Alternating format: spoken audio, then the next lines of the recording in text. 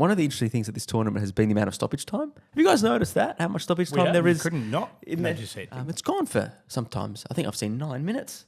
What do you guys make of that? It's what value for money for the fan, extracting every second left of the referee's watch. I was the poor sap who sat through the referee's press conference before the tournament started, and amongst the usual, we're going to tackle foul play and all that kind of stuff, was this very determined thing of ball in play more.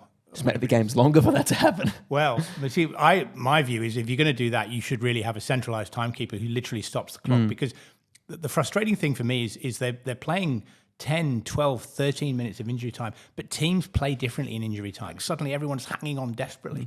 So if you're really going to play that much injury time, I would say just have a centralised timekeeper like they do in American sports who just stops the clock, public clock, and you can see it. So the game actually does finish bang on 90 minutes. I don't mind it because, you don't want teams taking advantage of time wasting, things like that. But with VAR... Except it's not time. So the big thing FIFA said was it's not time wasting that wastes the majority of time. It's actually just the ball being out of play during the regular game.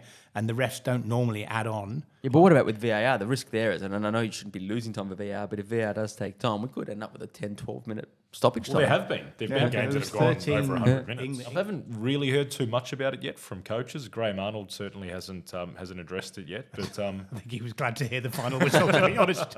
I think he was.